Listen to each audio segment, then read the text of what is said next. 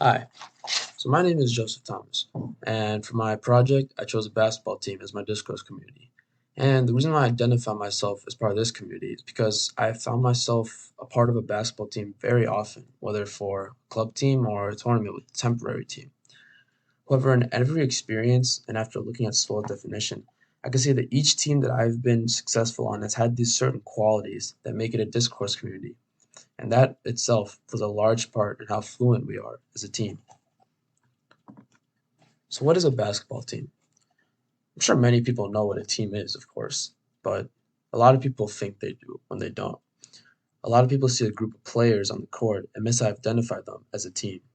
However, there's much more that makes a team than just some players. A team must be fluid. It must flow together without one person taking away from another. The system must be made that maximizes the potential of every player. A revolutionary example of this was the 2016 Golden State Warriors team that changed the way the game was played at all levels, not just the NBA. Their shooting and fluid play style is why they had the all-time wins record in the regular season. Fortunately, they weren't able to cap it off with a ring. So what's a discourse community? As stated by the slide, a discourse community consists of a community of people who use forms of intercommunication to achieve a common goal. There are multiple aspects of it, such as a lexis, a genre, and a shared communication method. As the presentation goes on, I will go through all these aspects of a discourse community and explain why they all correlate with the one that I have chosen, which is a basketball team. So what are the different parts of this community? The first part is the players, and this, of course, is the most obvious one. You can't play a basketball game without people willing to play basketball, of course. All members of the team should bring something to the table that plays a part in winning, and they should all also be willing to put their ego aside to achieve the ultimate goal of winning. Which brings us to the second most important part, the coach. And this coach is responsible for making sure that these members of the team are keeping their egos at the door. He needs to get them to buy into the process and the system. He has also construct plays that are meant to maximize the team's success and build chemistry and fluidity. Third aspect, friends and family. The loved ones of the players have an underrated impact on their performance. This can be seen mainly as the crowd filled with their friends and family cheering can give them the momentum they need to get out of a shooting slump or get out of a bad position that they're in and make a run to hopefully get a win. Or it could work the other way, as they're already ahead and they need the extra push just to put the opposing team away.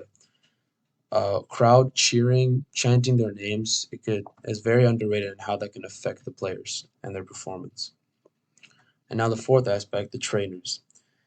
They are responsible for furthering the skill set of the players as well as ensuring that they stay healthy. And at the off chance that they do get injured, they are also there and helpful in the recovery process as well to make sure they get back to their peak physical condition. So, what's the objective? The main objective of a basketball team is to grow together and play with the fluidity that represents winning and success in whatever level or form that may be. And it's important that each player shares a common goal to maximize the best chance of success. And I want to memorize the importance of this as well, because having a singular mindset is one of the biggest aspects of a winning team. Even one player in that rotation that may value stats or achievements over winning can cause an issue in the fluidity of how the team plays, which by itself is enough to remove it as a definition of a discourse community. So, how do they communicate?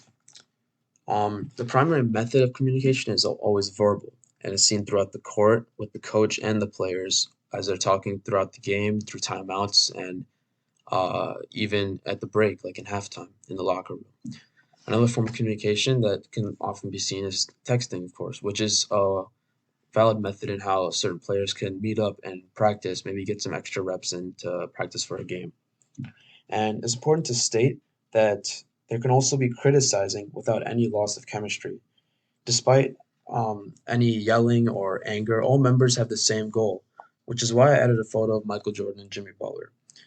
Jordan, the greatest player of all time, was hard on his teammates. In fact, some players would even say that he was rude, but they still remain the greatest team of all time. Why? Because all his teammates knew that he wanted to win, and his teammates adapted that mindset as well, the desire, the hunger to win, And with that singular mindset, they were able to achieve greatness.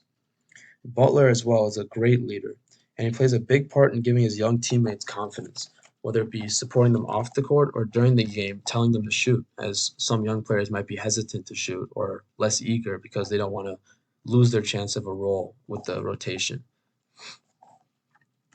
So, Lexus.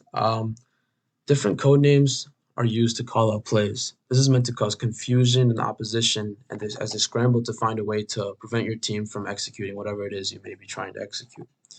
And all these code names are not just for offense as well. It could be an inbound play or maybe a defensive method indicating two players to trap another player. And now, last but not least, the genre. The playbooks of the coach have numerous plays that can be executed depending on what defense or offense they're going against. And another aspect other than the playbook is the team name as well as their logo. And this team can even represent a certain culture and how they play the game. An example of that is Heat culture. And the reason why I added the Miami Heat is because I believe they truly are capable of being a good example of what it means to be a great team. They have all the aspects this well describes as a discourse community. They maximize their players to their full potential, as seen by how they have the largest amount of undrafted players who end up becoming key role players. And they also require their players to put aside their egos and buy into the system, a system of no nonsense that only cares about winning. And this is my works cited page. Thank you for listening today.